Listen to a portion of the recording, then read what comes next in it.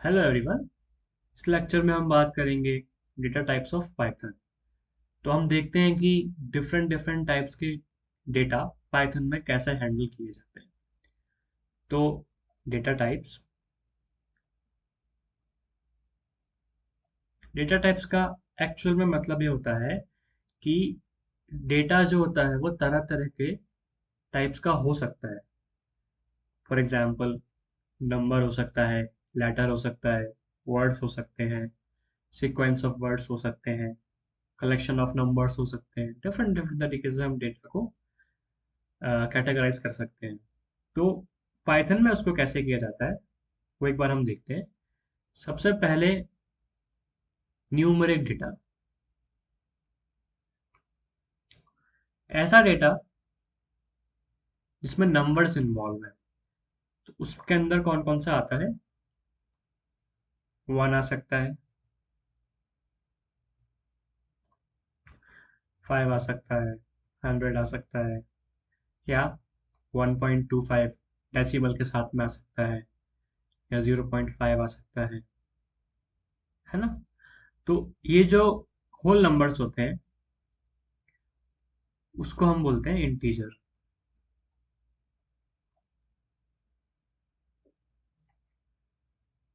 और ये जो डेसिमल के साथ में होते हैं इसको हम बोलते हैं फ्लोट वैल्यू।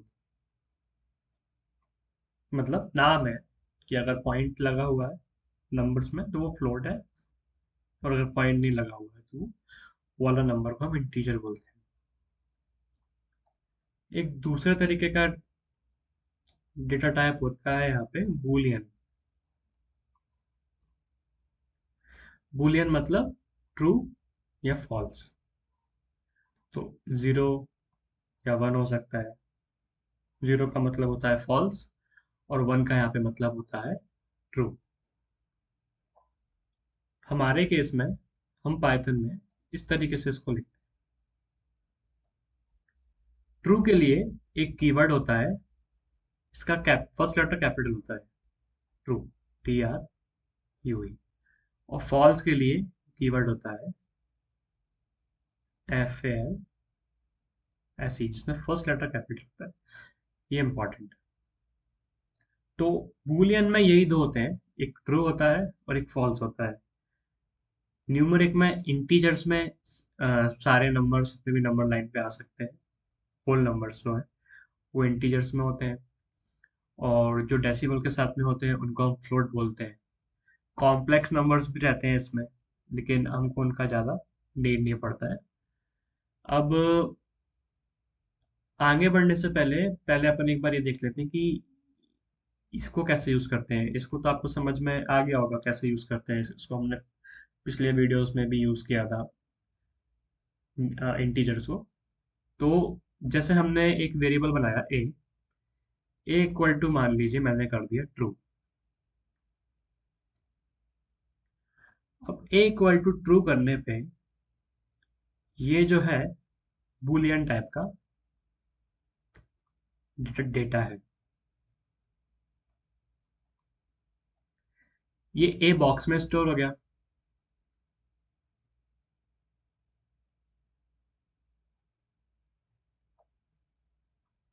ट्रू।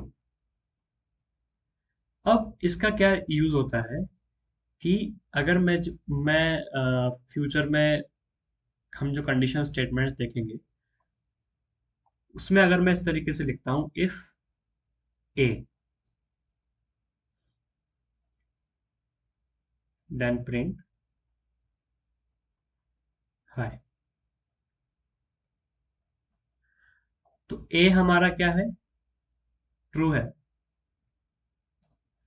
तो यहाँ पे क्या आ जाएगा, इसको डिकोड करेंगे तो कैसे होगा?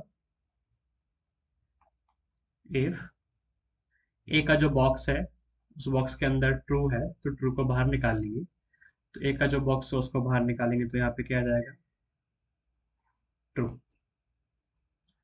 तो सिंस ट्रू का मतलब होता है 1, मतलब ये कंडीशन जो है वो ट्रू है। इफ ट्रू देन प्रिंट हाय। मतलब ये जब प्रोग्राम पूरा रन हो जाएगा उसके बाद में यहाँ पे हमको हाई दिखाई देगा डिस्प्ले में। लेकिन अगर यहाँ पे मान लीजिए यहाँ पे एक और वेरिएबल होता बी, जिसको हमने फॉल्स किया, और अब यहाँ पे देखेंगे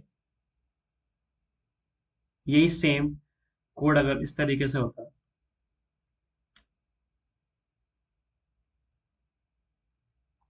इफ बी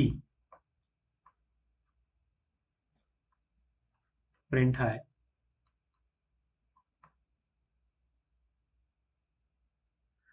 तो यहाँ पे जब ये एग्जीक्यूट होता, यहाँ पे हमको डिस्प्ले पे कुछ दिखाई नहीं देता, एम्प्टी रहता। क्यों? क्योंकि जैसे ही बी के बॉक्स में से हम उसकी वैल्यू बाहर निकालेंगे, तो बी के बॉक्स में जो वैल्यू है वो फॉल्स है, और इसकी जगह क्या आ जाएगा? फॉल्स। तो इस लाइन का मतलब क्या हुआ? इफ फॉल्स मतलब नहीं, जीरो। तो ये चेक करेगा कि क्या इस ब्रैकेट के अंदर जो भी वैल्यू है वो ट्रू है कि फॉल्स है। अगर वो वैल्यू फॉल्स रहती है तो उस ब्लॉक के अंदर जितनी भी लाइन्स है वो एग्जीक्यूट नहीं होती। पिछले केस में वो एग्जीक्यूट इसलिए हो गई थी, हमको हाई यहाँ पे इसलिए दिखा था क्योंकि इफ ये वाली जो लाइन है, इफ इसके ब्रैकेट के अंदर जो भी वैल्यू थी उसका ट्रू निकला था यहाँ पे। तो इफ ट्रू, तो ये जो पूरा लाइन है ये हमको इसके अंदर जो लाइन है उसको एग्जीक्यूट होने देगी, इसलिए हमको यहाँ पे हाई लिखा। लेकिन जैसे ही हमने यहाँ पे इफ बी लिखा, इफ बी का मतलब है इफ फॉल्स, क्योंकि बी के अंदर फॉल्स है। अब ये वाली लाइन सिंस फॉल्स है तो इसके अंदर जितनी भी लाइंस है, यहाँ पे एक ही लाइन है, तो इसको वो चलने नहीं देगी या इसको वो एग्जीक्यूट नहीं करेगी, इसलिए हमको यहाँ पे कुछ नहीं दिखेगा। तो ये डिटेल में हम कंडीशनल स्टेटमेंट्स बोलते हैं इनको, इफ को, एल्स को। ये हम आगे के लेक्चर्स में देखेंगे, लेकिन अभी ये इंपॉर्टेंट नहीं था। अभी इंपॉर्टेंट ये था कि बुलियन डेटा क्या होता है, ठीक है। और ये जो ट्रू रहता है, ट्रू और फॉल्स, ये एक रिजर्व कीवर्ड होता है। मतलब कैपिटल टी कैपिटल एफ के साथ जो ट्रू एंड फॉल्स होते हैं, इसको पाइथन में रिजर्व किया जाता है। आप इसको कहीं और यूज नहीं कर सकते। ट्रू का मतलब ही होगा वन, और फॉल्स का मतलब होगा जीरो, मतलब सही और गलत, ठीक है। सिमिलरली ये जो प्रिंट है सारे स्मॉल लेटर्स में, ये भी रिजर्व कीवर्ड है। प्रिंट को आप कहीं और यूज नहीं कर सकते अनटिल अनलेस आप यहाँ पे कोट्स ना लगा दो, मतलब आप इसको स्ट्रिंग ना बना दो। तो अब आपने यहाँ पे स्ट्रिंग बना दी, तो इसको हम यूज कर सकते हैं कैसे, ये हम समझते हैं अब नेक्स्ट। तो अभी तक हमने जो देखा, हमने न्यूमेरिक डेटा टाइप समझ में आ गया, हमको हमको बूलियन समझ में आ गया कि ठीक है, दो वर्ड होते हैं ट्रू और फॉल्स। अब आपकी जो कंफ्यूजन है उसको हम क्लियर करते हैं। एक थर्ड होता है जिसको बोलते हैं स्ट्रिंग। स्ट्रिंग क्या होता है? एक collection of letters, collection of words, कुछ भी, हर वो चीज स्ट्रिंग हो सकती है जिसको हम कोट्स के अंदर बंद करते हैं। फॉर एग्जाम्पल, मैंने a इक्वल टू 1 लिखा और a इक्वल टू कोट्स में 1 लिखा। अभी इधर आपसे अगर पूछा जाएगा कि ये वाला जो a है उसका टाइप क्या है, मतलब वो उसके अंदर जो बॉक्स के अंदर जो भी डेटा है उसका टाइप क्या है, वो किस टाइप का डेटा है। यहाँ पे 1 है, तो इस केस में जो डेटा है वो नंबर है। मतलब प्रिसाइजली क्या है? इंटीजर, करेक्ट है। लेकिन अगर इस केस में आपसे पूछा जाएगा कि ये क्या है, तो यहाँ पे ये स्ट्रिंग है।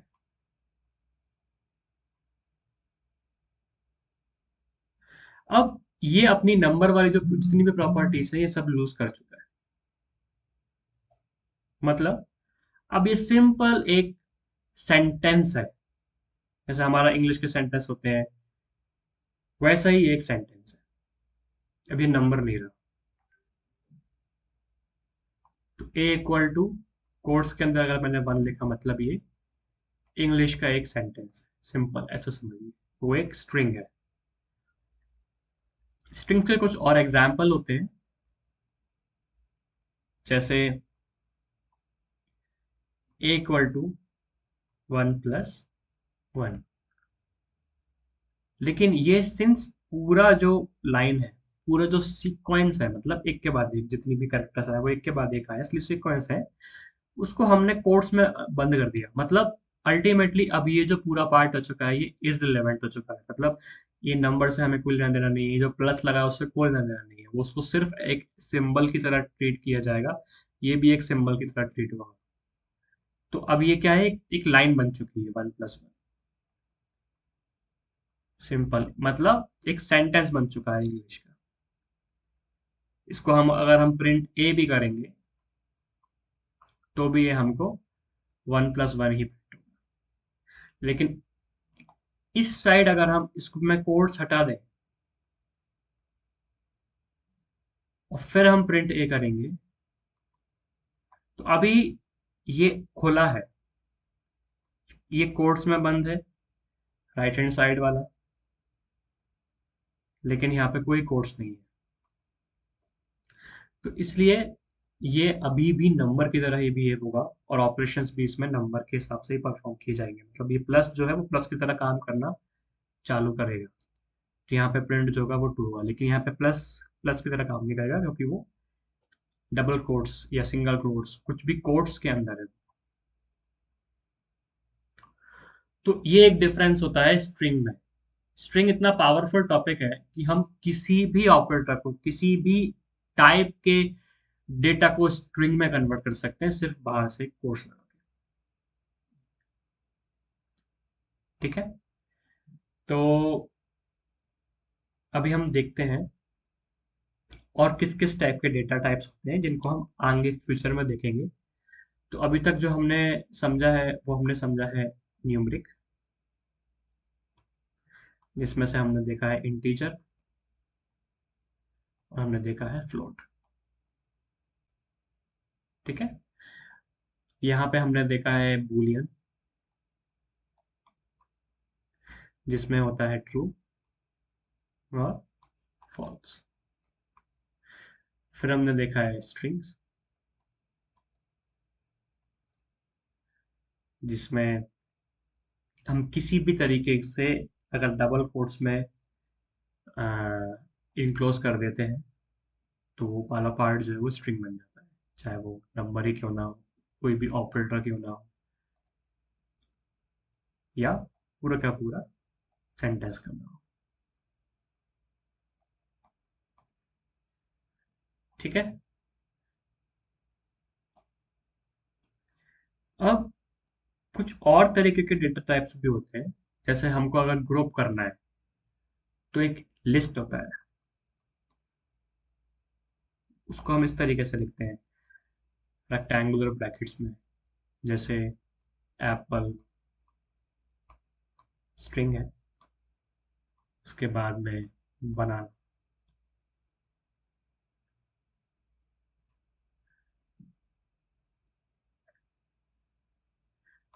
इसको हमने ए को दिया। मतलब ये एक लिस्ट है, उस लिस्ट में दो एलिमेंट्स हैं, वन और टू। इसी तरह एक होता है डिक्शनरी। तो ये वाले जितने भी डेटा टाइप्स हैं इनको हम अलग से देखेंगे। अभी हमको सबसे इंपॉर्टेंट जिन पे ध्यान देना है वो इन्हीं पे देना है, इंटीजर्स, बूलियन और स्ट्रिंग्स। नेक्स्ट वीडियो में हम इसी को और डेप्थ में समझेंगे। और ये जो नीचे वाला जो पार्ट है, जिसमें लिस्ट है, सेट्स होता है, टपल्स होता है, ये हम फ्यूचर के वीडियोस में देखेंगे। तो अभी के लिए इतना ही। आपसे नेक्स्ट वीडियो में मिलते हैं। जब तक आप इनको गूगल कोलैब में ट्राई करके देखिए। Thank you so much.